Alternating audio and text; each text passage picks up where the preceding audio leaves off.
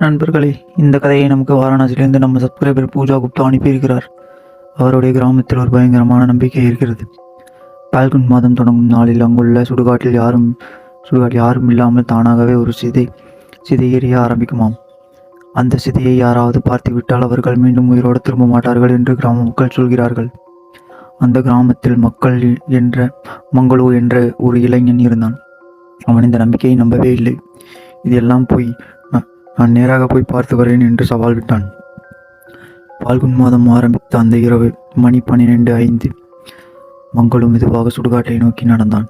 அவன் அங்கே சென்றதும் அவன் கண்களுக்கு நம்ப முடியாத காட்சி. உண்மையிலேயே ஒரு சிதை எரிந்து கொண்டிருந்தது. ஆனால் அங்கே யாருமே இல்லை. அச்சமயம் அவனுக்கு பின்னால் இருந்து ஒரு குரல்.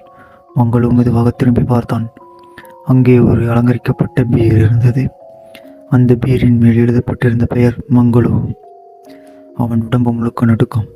அப்போது அவன் காதுகளில் ஒரு சத்தம் ஒலித்தது. பால்குண்ண ஆரம்பிச்சிடுச்சு.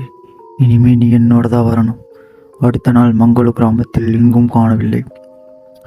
உங்கள் கிராமத்திலும் இப்படி பயங்கரமான கதைகள் இருந்தால் எங்களுக்கு அனுப்புங்க. நாங்கள் அதை உலகம் முழுக்க கொண்டு போக முயற்சி பண்ணுவோம்.